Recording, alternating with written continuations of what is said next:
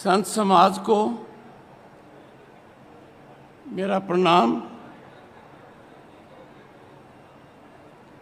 सदा उनके आशीर्वाद की कल्पना की है और उनकी गरिमाई उपस्थिति अत्यंत महत्वपूर्ण है। हरियाणा सरकार के मुख्यमंत्री मनोहर लाल जी, आज मनोहर लाल जी ने जनता की नब्ज पकड़ ली है। एक मेडिकल कॉलेज का नाम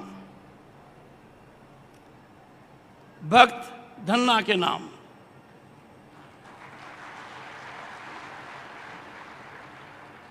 हमारी बच्चियों के लिए एक कॉलेज की घोषणा,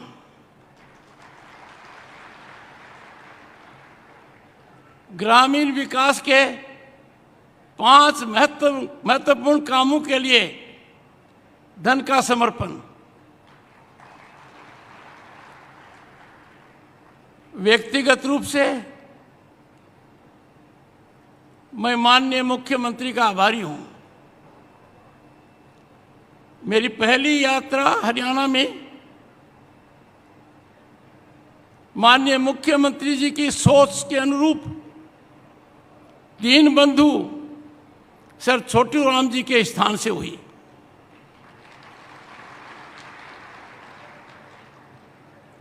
और आज का दिन सदा याद रखूंगा।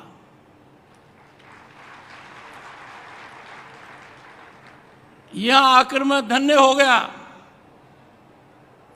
कि राजस्थान में जन्मे संत शिरोमणि धन्ना जी के उपलक्ष्य में जन्म जयंती पर हरियाणा सरकार इतना बड़ा आयोजन कर रही है, इतनी बड़ी जन भागीदारी है। मैं मुख्यमंत्री जी आपका आभारी हूं। मंचासीन पूर्व मंत्री ओम प्रकाश धनखड़ जी, सुभाष बराला जी, हरियाणा सरकार के मंत्रीगण, विधायकगण, सांसदगण और इतनी संख्या में इस मौसम में आप लोगों का आशीर्वाद मुझे मिल रहा है, माताओं बहनों का मिल रहा है।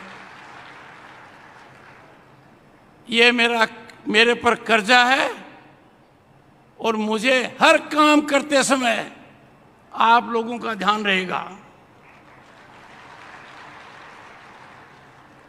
समाज के बुजुर्गों को मेरा प्रणाम, सभी का अभिनंदन।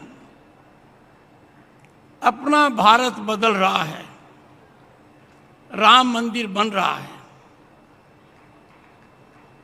अंदाजा लगाइए कितनी प्रतीक्षा की थी। कहते थे तारीख कब बताओगे, सोचा था क्या यह कभी संभव होगा। संभव हुआ है, बन रहा है और भारतवर्ष की संस्कृति के अनुरूप बन रहा है, सही प्रक्रिया से बन रहा है। ये अब आप देखेंगे, एक पुराना चलचित्र है, पुराने चलचित्र में एक डायलॉग है। एक कहता है मेरे पास गाड़ी है, मेरे पास बंगला है, मेरे पास फैक्ट्री है, मेरे पास धन है, और अपने भाई को कहता है तेरे पास क्या है। वो भाई कहता है मेरे पास मां है। कितनी बड़ी पूंजी है। दुनिया में कहीं भी देख लो, किसी भी देश को देख लो, हमें जो सानिध्य संतों का मिल रहा है वो दुनिया के किसी देश में नहीं है।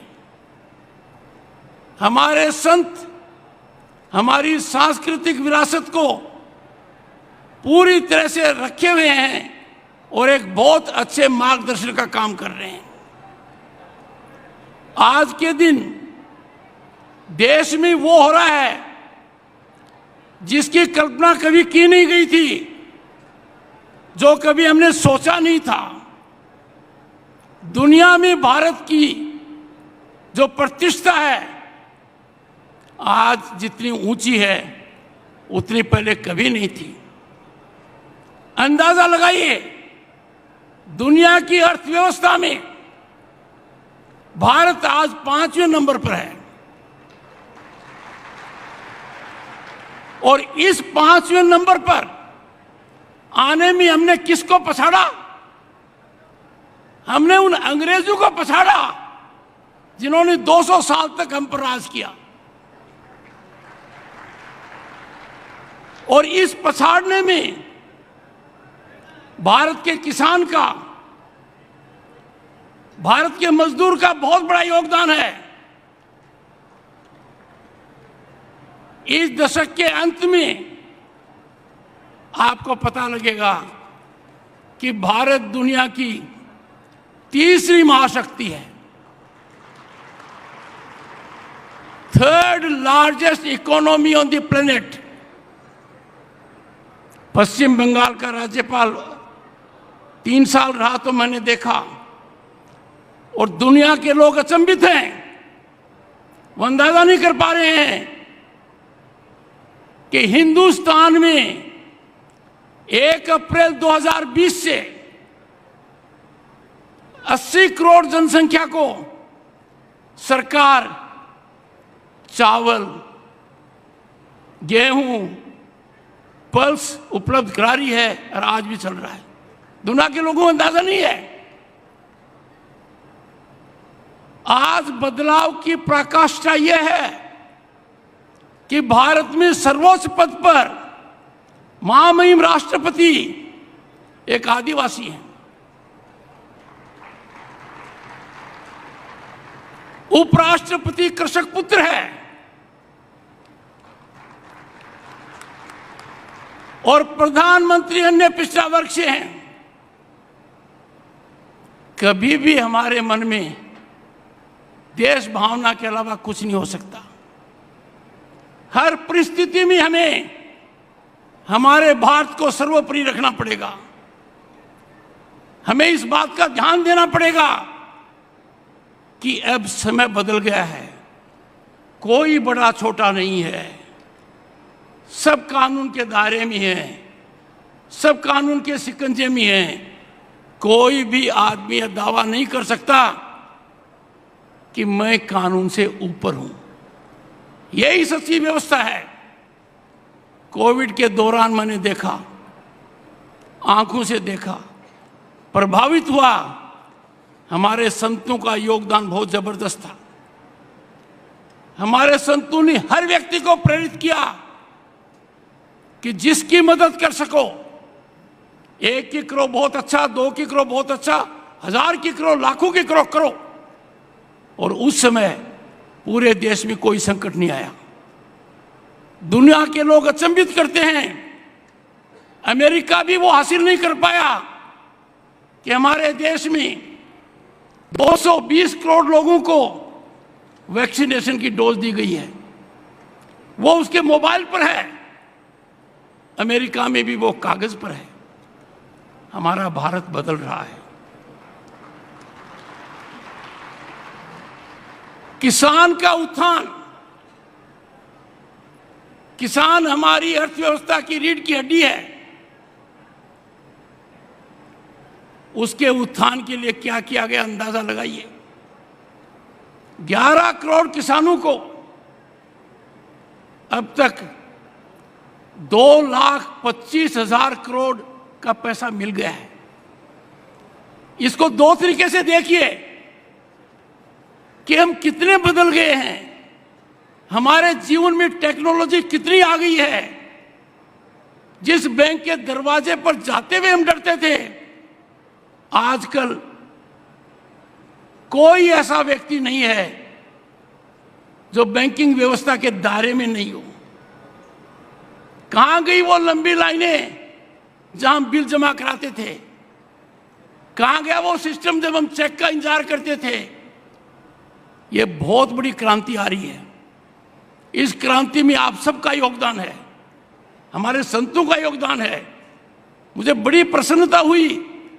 और आप जितनी गहराई में धन्ना भगत को देखेंगे तो आपको 3 बातें मिलेंगी। जाट धन्ना, फिर धन्ना सेठ, फिर धन्ना भक्त। उनके विचार क्या थे? सबका ध्यान देना, सबको सुखी रखना, क्रोध नहीं करना, कोई ऐसा पदार्थ नहीं लेना जो अनुचित है। मैं आप सबसे आह्वान करूंगा, समाज में आवश्यकता है इनके आदर्शों को आगे बढ़ाने की। समाज में आवश्यकता है उनके आदर्शों को लागू करने की। आज हमारी युवा पीढ़ी जिसके सामने एक दुनिया है, आज ऐसी व्यवस्था का निर्माण हो चुका है कि कोई भी व्यक्ति अपनी प्रतिभा के अनुसार कोई काम कर सकता है, कोई बाधा नहीं है, सिस्टम उसको पूरी तरह सपोर्ट करता है। पर यदि अगर वो भटक जाए, यदि अगर वो परेशान हो जाए, यदि अगर वो ड्रग एडिक्ट हो जाए, तो क्या आप और हमारे लिए सही है? क्या हम सबको मिलकर संतों के आदर्शों का पालन करते हुए, धन्ना भगत के विचारों को आदर करते हुए खत्म नहीं करना चाहिए? आवश्यकता है हम सही तरीके से व्यापक स्तर पर इस प्रकार की बुराई को रोकें। मैं आपको एक छोटा सा उदाहरण देता हूं। एक गांव बंदरों से बहुत परेशान था, बहुत पीड़ित था। तो गांव के लोगों ने बंदरों से निजात पाने के लिए रास्ते अपनाए। जब वो रास्ते अपना रहे थे और बंदर गांव छोड़ रहे थे, सामने से अपने ही कोई भाईबंद आ गए और बोले बंदर अकेला नहीं है। इस प्रकार की संस्कृति कहां तक ठीक है?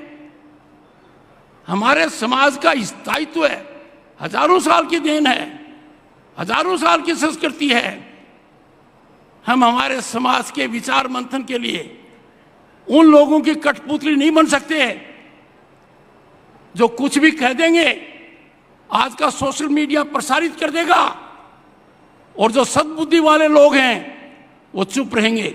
ऐसा नहीं होना चाहिए। हमारी खाप पंचायतें हैं, मजबूत हैं, गहरा सोच है, गहरा चिंतन है, गहरा मंथन है, दूरदृष्टि से सोचते हैं, जैसा माननीय मुख्यमंत्री जी ने कहा। पर खाप पंचायत का कोई प्रतिनिधि अचानक तो पैदा नहीं हो सकता, हमें सोचना पड़ेगा।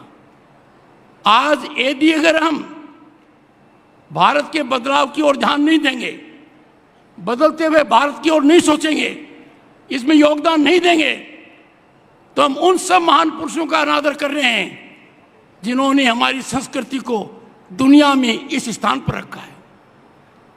हरियाणा सरकार की मैं प्रशंसा करूंगा।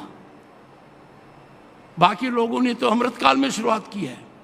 अमृतकाल में पूरे देश में माननीय मुख्यमंत्री जी हमारे संतों को, हमारे महापुरुषों को याद किया जा रहा है। पर हरियाणा में शुरुआत पहले हो चुकी है, जिसका पूरा विवरण माननीय मुख्यमंत्री जी दे चुके हैं। हम किसी भी परिस्थिति में जिन लोगों ने खून पसीना देकर हमें आज़ादी दिलाई है, उनको भूल नहीं सकते। कुछ साल पहले ऐसा मंजर था जैसे देश के इतिहास में किसी का योगदान ही नहीं है। हमें अंदाजा नहीं लगा सकते थे कि कौन वो लोग हैं जिन्होंने हमें यहां तक पहुंचाया। बदलाव आया, भारी बदलाव आया। नेताजी सुभाष बोस की जन्म जयंती पराक्रम दिवस के रूप में मनाई गई। इंडिया गेट पर उनकी प्रतिमा है, कोई पहले कल्पना नहीं कर सकता था। एक बहुत बड़े संविधान की रक्षा करने वाला, क्योंकि संविधान के निर्माण से पहले 1945 में उन्होंने झंडा लहराया था। कितना बड़ा सम्मान उनका हुआ। पराक्रम दिवस हर साल मनाया जाता है। बिरसा मुंडा जनजातीय दिवस किसी ने सोचा नहीं था, मनाया जा रहा है। पर आपके प्रदेश में तो कोई कमी बाकी नहीं रखी है। कोई भी संत, कोई भी महापुरुष, कोई भी समाज सेवक जाति के बंधन में नहीं है, सब जातियों का है। वो कभी किसी का बुरा नहीं चाहता, सबका कल्याण चाहता है।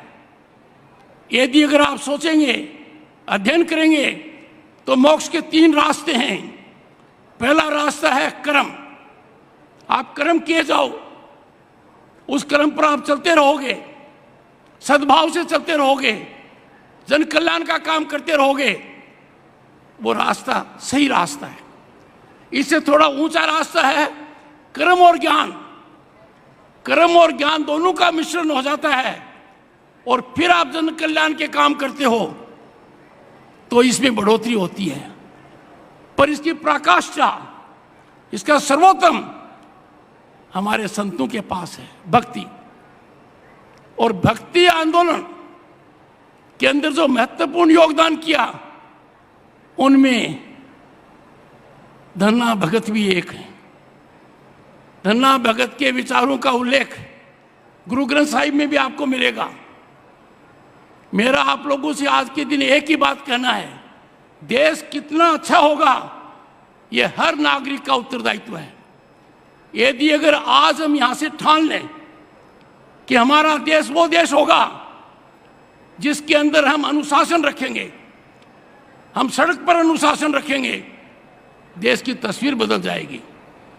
पहले सोचा था ये स्वच्छ भारत अभियान क्या है, कितना बदल गया।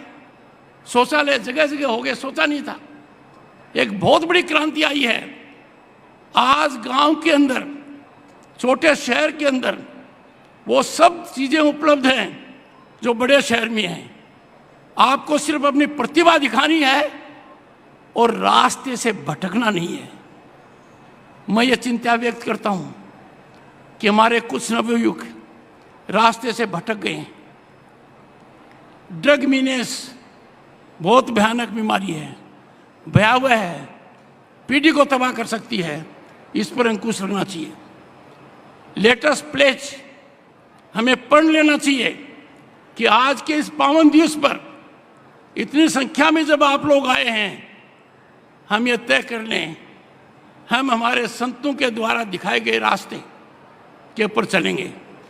और ये बात यदि अगर मैं हरियाणा की भूमि से कहता हूं, इसका मतलब भी कुछ और है। माननीय मुख्यमंत्री जी ओम प्रकाश जी और सुभाष जी ने बताया है कि इस धरती में क्या कुछ हो रहा है। गीता का ज्ञान, इससे बड़ा तो ज्ञान कोई है नहीं। ये आपके यहाँ का है। जो संस्कृति सरस्वती मंदिर के किनारे थी, नदी के किनारे थी, उसका कोई मुकाबला नहीं है। उसके उपलक्ष्य में आपके यहाँ कार्यक्रम होता है हर साल, जिसकी दुनिया में सराहना की जाती है। मुझे तो जानकारी एक विदेशी व्यक्ति से हुई, जब उसने कहा मुख्यमंत्री जी कि हरियाणा प्रदेश के अंदर सरस्वती को लेकर, सरस्वती नदी को लेकर एक अच्छा कार्यक्रम हो रहा है। आप लोगों से मैं आह्वान करूंगा, इस बदलते हुए भारत पर यदि कोई अंकुश लगाता है, कुंठित करता है, हमारे देश को बदनाम करने की कोशिश करता है, हो सकता है कुछ अपनों में से हैं, मैं उनको एक बात बताना चाहता हूं, दुनिया का कोई ऐसा देश नहीं है जिसके संविधान में 3 बातें हैं, panchayat, municipality, state and centre. तीनों की व्यवस्था चुनाव की भारत के संविधान में है। हमारी डेमोक्रेसी वाइब्रेंट है, जीवंत है, हर स्तर पर है। और कोई कह देगा कि देश में प्रजातांत्रिक व्यवस्था कमजोर है या बोलने के अधिकार पर अंकुश है, हमें ऐसी बातों को कुंठित करना है। अंत में मैं आपसे ये कहूँगा, मैं आभारी हूँ मुख्यमंत्री का, हरियाणा सरकार का, कि ऐसे मौके को उन्होंने बहुत सही रूप दिया है। और आप लोगों की उपस्थिति से मैं ऊर्जावान होकर जा रहा हूँ। और जो काम मुझे करना है, कृषक पुत्र की हैसियत से, देश के नागरिक होने की हैसियत से, उसमें मैं आपको आश्वासन देता हूँ किसी प्रकार की कोई कमी नहीं रहेगी। एक बार फिर आप सबका धन्यवाद। जय हिंद, जय भारत।